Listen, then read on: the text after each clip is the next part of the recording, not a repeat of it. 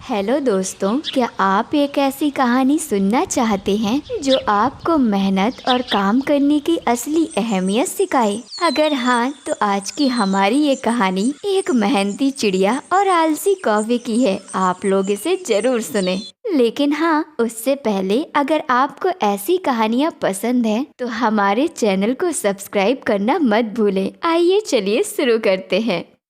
एक घने जंगल में एक बड़े से पेड़ पर चिड़िया और कौवा दोनों रहते थे। चिड़िया बहुत मेहनती थी। वो रोज अपने बच्चों के लिए दाना लाती और अपने घोंसले को मजबूत बनाने के लिए दिन भर मेहनत करती रहती। लेकिन कौवा वो तो हमेशा आराम करता और भूख लगने पर दूसरों से खाना मांग लेता। उसे लगता था कि मेहनत करने की क्या जरूरत है। एक दिन चिड़िया ने देखा कि आसमान में काले घने बादल छा रहे हैं और बरसात आने वाली है। चिड़िया खुद से बोलने लगती है, अगर मैंने अपना घोंसला मजबूत नहीं किया तो ये बारिश में मेरे अंडे तो खराब हो जाएंगे। मुझे मेहनत करनी चाहिए। चिड़िया बिना समय गवाए काम करने में जुट जाती है। चिड़िया ने पूरी लगन से तिनका जोड़कर अपना मजबूत घोंसला बना लिया। वहीं दूसरी तरफ कौवा एक पेड़ की शाखा पर मस्त सोता रहा। जब चिड़िया ने कौवे को समझाने की कोशिश की, भैया कौवा, बरसात आने वाली है, तुम भी अपना घोंसला मजबूत कर लो। अरे चिड़िया बहन, तुम क्यों इतनी चिंता कर रही हो? जब बारिश आएगी तब का तब देख लिया जाएगा। कुछ ही दिनों बाद तेज बारिश शुरू हो गई। चिड़िया का घोंसला सुरक्षित था, लेकिन कौवे का घोंसला वो तो बारिश में पूरा भीगकर खराब हो गया था। अरे नहीं, अब मैं कहाँ जाऊँ? ठंड और बारिश से परेशान कौवा चिड़िया के घोंसले पर गया और उसने उससे मदद मांगी। चिड़िया बहन, मेरा घोंसला खराब हो गया है, क्या मैं थोड़ी देर तुम्हारे घोंसले में रुक सकता हूँ? ठीक है कौवे भैया, जब तक बारिश नहीं रुकती तुम यहाँ पर रुक सकते हो, लेकिन बारिश बंद होने के बाद तुम अपने घोंसले में वापस चले जाना। बारिश के रुकने के बाद कौवे ने चिड़िया के घर में और समय बिताने का बहाना बनाया। लेकिन चिड़िया समझदार थी। उसने कौवे को सिखाया कि मेहनत करने की आदत डालनी चाहिए। भैया कौवे, मेरे बच्चे बीमार हैं। अब तुम्हें अपने घोंसले में लौट जाना चाहिए और अपने लिए एक मजबूत घोंसला बनाने के लिए मेहनत करनी चाहिए। कौवे ने आखिरकार अपनी गलती समझी। उसने मेहनत से अपना घोंसला फिर से बनाया और अपना सबक सीख लिया कि मेहनत ही असली सफलता की कुंजी होती है। तो दोस्तों, यह थी हमारी आज की कहानी। इस कहानी से हमें ये सीख मिलती है कि मेहनत के बिना कुछ भी संभव नहीं। अगर आपको ये कहानी पसंद आई हो तो इसे लाइक करें, शेयर करें और हमारे चैनल को सब्सक्राइब करें। चलो मिलते हैं अगली कहानी में। तब तक आप खुश रहें और मेहनत करते रहें। एक कहानी है मोहिनी बाग की। एक जादुई बाग जहाँ होते थे रंग बिरंगे पेड़ पौधे और उनमें होती थी मन को मोह लेने वाली शक्तियाँ। उस बाग में सभी पेड़ पौधों में अद्भुत आकर्षण शक्तियाँ थीं, पर सबसे आकर्षित उस जंगल में वो नीली गुलाब थी, जिसके आकर्षण और खूबसूरती से आसपास के सभी पेड़ पौधे प्रभावित थे। वो नीली गुलाब बड़े से पीपल के वृक्ष के नीचे रहती थी। नीली गुलाब और पीपल में बहुत गहरी दोस्ती थी। नीली गुलाब, तुम कितनी सुंदर हो। तुम्हारी सुंदरता के आगे तो सांप फीका है। वो तो है पीपल चाचा, मैं इस मोहिनी बाग की सबसे खूबसूरत फूल हूँ, पर फिर भी किसी को भी यहाँ मेरी कदर ही नहीं है। मुझे है तुम्हारी कदर नीली गुलाब। हाँ, अगर कदर होती तो मैं तुम्हारे पैरों की धूल न होती, बल्कि तुम्हारे सर का ताज होती और ऊंचाइयों से दुनिया की हर खूबसूरती को देख रही होती, ना कि जमीन पर इन चल रहे कीड़े मकोड़ों को। नीली गुलाब और पीपल चाचा की बातें वहीं पास के पेड़ में बैठा कल्लू कौवा सुन रहा होता है। अच्छा, तो ये है नीली गुलाब को अपने पास लाने का तरीका। अब देखना मेरा कमाल, कैसे मैं नीली गुलाब को अपने सर का ताज बनाता हूँ और अपनी खूबसूरती में 4 चांद लगाता हूँ, फिर तो मोहिनी बाग का सबसे लाडला और मनमोहक कौवा मैं ही बनूंगा। कल्लू कौवा अपने इस मधुर विचारों के साथ पेड़ पर सो जाता है। सुबह होती है। कल्लू कौवा अब भी मधुर सपनों में डूबा होता है। ओहो, देखो तो कल्लू कौवा कितना मनमोहक और सुंदर हो गया है। आज से पहले मैंने तो इतना मनमोहक कौवा देखा ही नहीं था। कल्लू अपनी प्रशंसा सुनकर फूला नहीं समाता और वो जैसे ही नाचने को होता है तो पेड़ों की टहनियों से सीधा जमीन पर गिर पड़ता है। पास ही आम के पेड़ पर बैठी रंगीली तोती कल्लू कौवा को गिरा हुआ देखकर उसे चिढ़ाने लगती है। क्यों कल्लू कौवा, सुबह सुबह जमीन की धूल का स्वाद कैसा लगा? अगर इतना ही जानना चाहती हो रंगीली, तो आकर तुम भी चख लो। वहीं पास में ही नीली गुलाब भी थी। काले कौवे, तुम्हें ज्यादा चोट तो नहीं लगी? नहीं नहीं, चोट तो नहीं लगी, पर इस मिट्टी और यहाँ चल रहे छोटे मोटे कीड़ों को देखकर जरूर चोट लगी। आधे से ज्यादा कीड़े तो मेरे शरीर से दब चुके हैं और घायल हो गए हैं। मुझे तो तुम्हारी बहुत चिंता होती है नीली गुलाब कि तुम्हारा क्या होगा। मेरी चिंता? पर मैं तो बिल्कुल सही सलामत हूँ कल्लू कौवे। चिंता की ही तो बात है। इस मोहिनी बाग की सबसे खूबसूरत फूल हो तुम नीली गुलाब, और तुम कहाँ फंसी हो इस बदबूदार पीपल के और गंदे जमीन के बीच। तुम्हारी जगह तो ऊंचे ऊंचे आसमान में उड़ने और लहराने की है।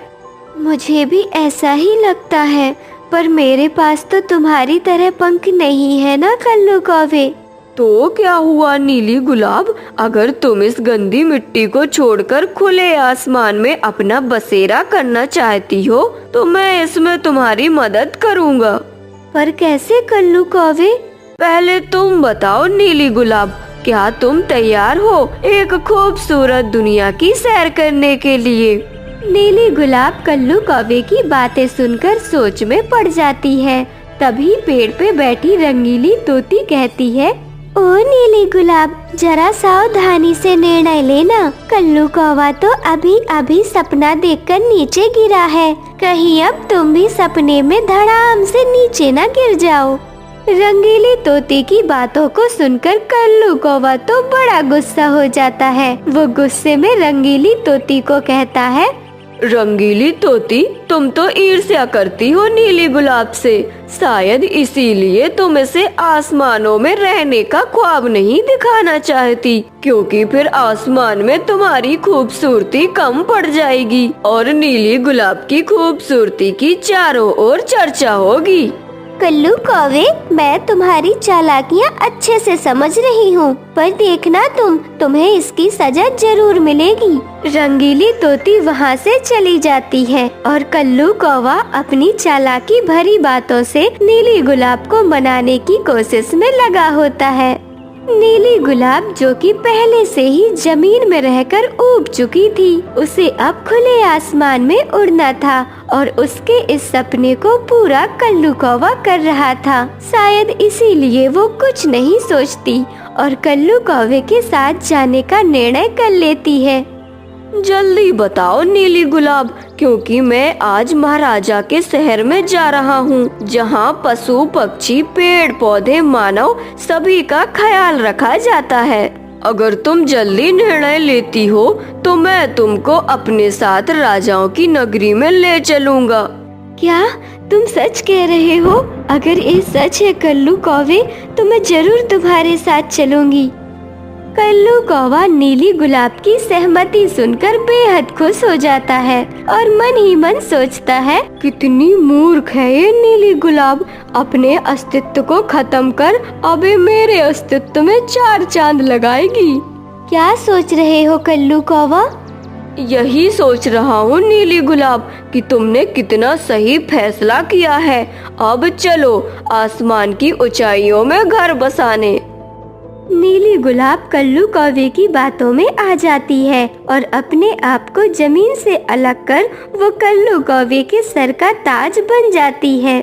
वहीं पास के पीपल चाचा ये सब देख रहे होते हैं। वो नीली गुलाब को समझाना चाहते थे कि तुम गलत कर रही हो, पर उन्हें भी पता था कि उनके समझाने से नीली गुलाब नहीं समझेगी, इसलिए वो चुप थे और ईश्वर से प्रार्थना कर रहे थे कि नीली गुलाब सलामत रहे। कल्लू कौवा नीली गुलाब को अपने सर का ताज बनाकर आसमान में उड़ जाता है। पहली बार नीली गुलाब आसमान की ऊंचाइयों से अपनी मोहिनी बाग की खूबसूरती को देख रही होती है। वाह, क्या खूबसूरत नजारा है कल्लू कौवे। क्या तुम इससे भी सुंदर नजारा देखना चाहोगी नीली गुलाब? तो चलो मेरे इलाके में, वहाँ तुम्हारी खूबसूरती की सभी तारीफ करेंगे और महारानियों की तरह तुम्हारी सेवा करेंगे। सच्ची कालू कौवे? कल्लू कौवा कुछ कह पाता कि उससे पहले ही मौसम खराब होने लगता है और तेज हवाएं चलने लगती हैं। आसमान में काले घने बादल छाने लगते हैं। धीरे धीरे हवाएं तूफान में बदल जाते हैं। कल्लू कौवे के लिए तूफान में उड़ना बहुत मुश्किल हो गया था। वो तूफान से बचने के लिए पेड़ों में छुपने के लिए जाने लगता है। तभी नीली गुलाब तूफान में खुद को संभाल नहीं पाती और वो कालू कौवे से अलग होकर नीचे जमीन पर गिरने लगती है। पीपल नीली गुलाब को गिरते हुए देख लेता है। अरे नहीं नीली गुलाब, मुझे इसे बचाना होगा। पीपल अपने तनों को बढ़ाता है और नीली गुलाब को अपने तनों और पत्तों के सहारे गिरने से बचा लेता है। तुम ठीक हो ना नीली गुलाब? आपका धन्यवाद पीपल चाचा, मुझसे बहुत बड़ी गलती हो रही थी।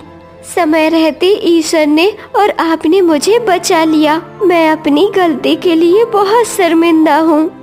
बच्चे, इस संसार में जो भी तुम्हें मिला है उसके लिए तुम्हें ईश्वर का धन्यवाद करना चाहिए। अगर तुम कमियां ढूंढोगी तो कल्लू कौवे जैसे लोग अपने स्वार्थ के लिए तुम्हारा उपयोग करेंगे। आपने सही कहा पीपल चाचू, मैं फिर कभी ऐसा नहीं करूँगी। कल्लू कौवा पीपल और नीली गुलाब की बातें सुन रहा था। उसे बहुत गुस्सा आता है। आज का तो दिन ही खराब था, बच गई ये नीली गुलाब। अब तो मेरा सपना सपना ही रह गया, अब मेरे झांसे में नहीं आने वाली। तूफान भी रुक चुका था। कल्लू कौवा वहाँ से चला जाता है और नीली गुलाब फिर से पीपल के पेड़ के नीचे अपना बसेरा बसा चुकी थी। पीपल और नीली गुलाब में अच्छे रिश्ते थे। पीपल नीली गुलाब को अपनी बेटी मानता था और उसे हर तूफान, हर मुसीबत से बचाता था। इस कहानी से हमें ये सीख मिलती है कि हमें हमेशा अपने दोस्तों और अपने परिवार के साथ रहना चाहिए, क्योंकि सच्ची खुशी तो वही होती है